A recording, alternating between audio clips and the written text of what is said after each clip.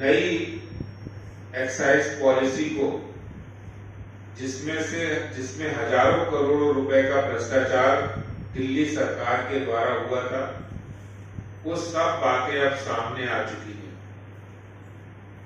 और सीबीआई जांच के बाद आनन फानन में उस पॉलिसी को, जिसमें हजारों करोड़ों रुपए का जो करप्शन है, भ्रष्टाचार है, दिल्ली सरकार ने, अरविंद केजरीवाल सरकार ने किया था, उस पॉलिसी को पहले उन्होंने कहा कि हम इसको 1 तारीख से पुरानी पॉलिसी दिल्ली में लागू हो जाएगी, लेकिन उन्होंने दोबारा से 2 महीने का एक्सटेंशन देकर शराब माफिया को और अधिक फायदा पहुंचाने के लिए, या अगर यूं कहें तो उनका कर्जा उतारने के लिए 2 महीने की और उन्हें मोहलत दी है। और 2 महीने वो ये दिल्ली में और ज्यादा भ्रष्टाचार करेंगे और ज्यादा शराब बेचने का काम करेंगे। इसके साथ ही साथ आज मैं बहुत ही महत्वपूर्ण डॉक्यूमेंट्स आपको दिखाना चाहता हूं। ये कैबिनेट नोट है जो 31 जुलाई को लेफ्टिनेंट गवर्नर के ऑफिस भेजा गया, और इस कैबिनेट नोट के माध्यम से मैं आपको कुछ जानकारी मैं आपको देना चाहता हूं। दिल्ली के उप मुख्यमंत्री मनीष सिसोदिया जी बड़े जोर जोर से चिल्ला कर कह रहे थे कि नई एक्साइज पॉलिसी से पहले के मुकाबले 3000 करोड़ का राजस्व बढ़ा है।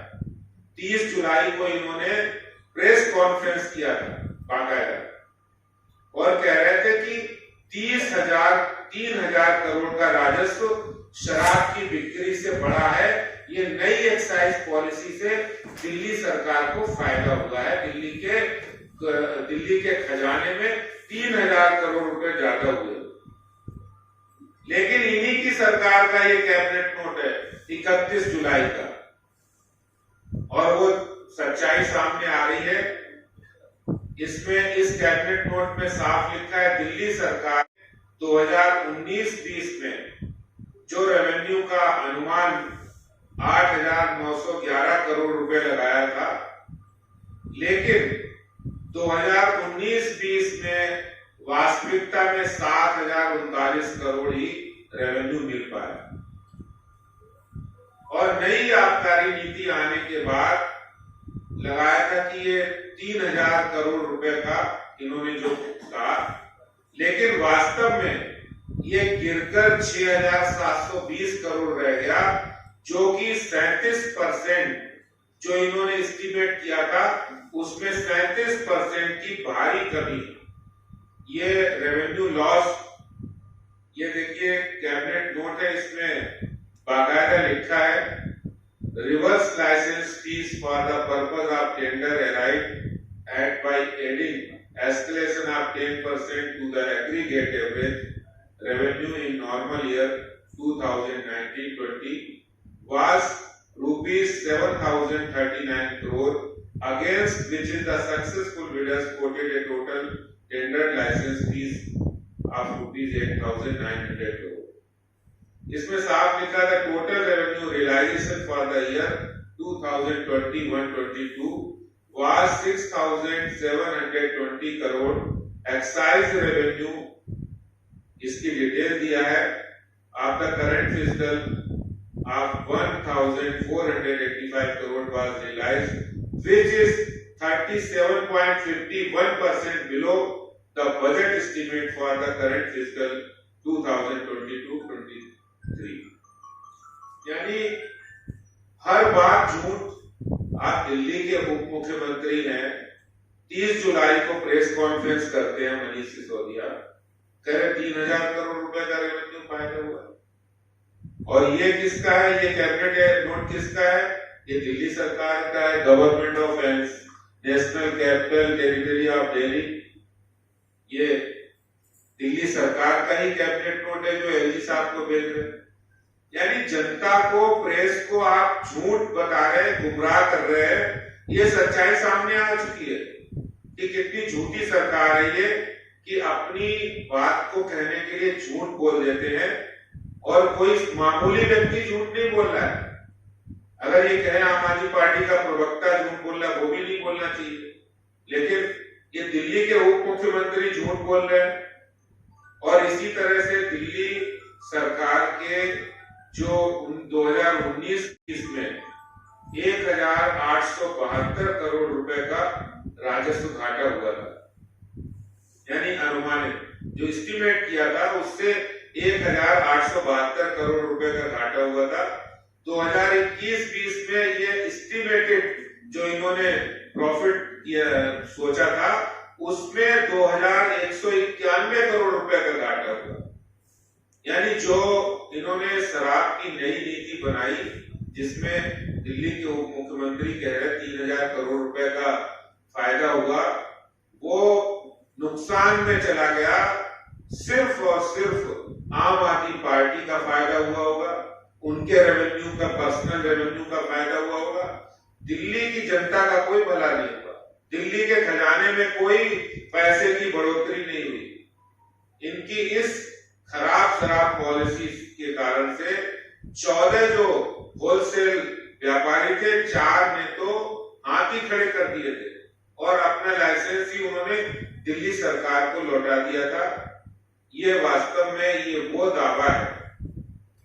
और इस कैबिनेट नोट में ये भी साफ लिखा है, एक आश्चर्यजनक बात है, जो बड़े घाटे, बड़े षड्यंत्र और बड़ा एक जो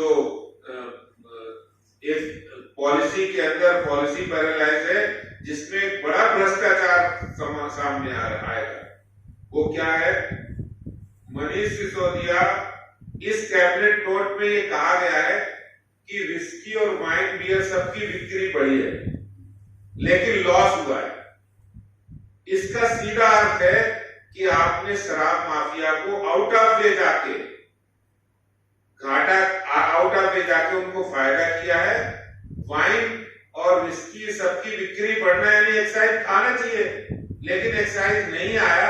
इसका मतलब चोर दरवाजे से आपने गलत तरीके से लोगों को ये बेचने का काम किया है, जिससे दिल्ली के सरकार के रेवेन्यू में कोई बढ़ोतरी नहीं हुई है।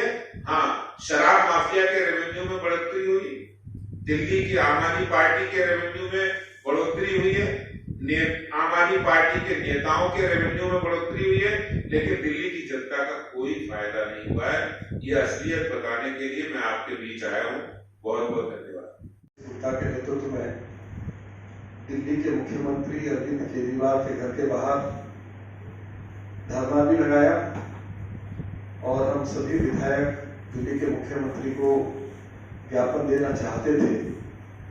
तो आज मीडिया ने ये सवाल उठाया था कि दिल्ली के डिप्टी चीफ मिनिस्टर का ये दावा है कि दिल्ली में जो नई शराब नीति लाई गई इससे दिल्ली सरकार की आय बढ़ी है। मैंने उस समय भी इसको प्रकटित किया था कि दिल्ली के डिप्टी चीफ मिनिस्टर झूठ बोल रहे हैं, और क्योंकि प्रदेश के अध्यक्ष श्री आदेश गुप्ता जी के पास तो अब सरकारी डॉक्यूमेंट्स उनके पास उपलब्ध हो गए हैं। जब ये नई शराब की नीति लाई गई तब भी विधानसभा के अंदर deputy chief minister Shri Manish Sisodia ने यही स्टेटमेंट दिया था कि नई शराब नीति से दिल्ली सरकार की जो आय है वो 6000 करोड़ रुपए से बढ़कर 10,000 करोड़ रुपए हो जाएगी। उन्होंने ये भी कहा था कि दिल्ली में हर साल 20,000 करोड़ रुपए की शराब बेची जाती है, और इसके साथ साथ उन्होंने ये दावा भी किया था कि नई शराब नीति से महिलाओं को, युवाओं को आसानी से शराब सुलभ हो सकेगी। ये सारी बातें उनकी ओर से कही गई थी। तो मैं ये कह सकता हूँ कि पिछले 5 सालों में दिल्ली में जो पुरानी शराब की नीति थी उसके तहत जो शराब बेची जाती थी और हर साल जो आय होती थी, तो पिछले 5 वर्षों में दिल्ली सरकार को आय शराब बेचकर होती रही है।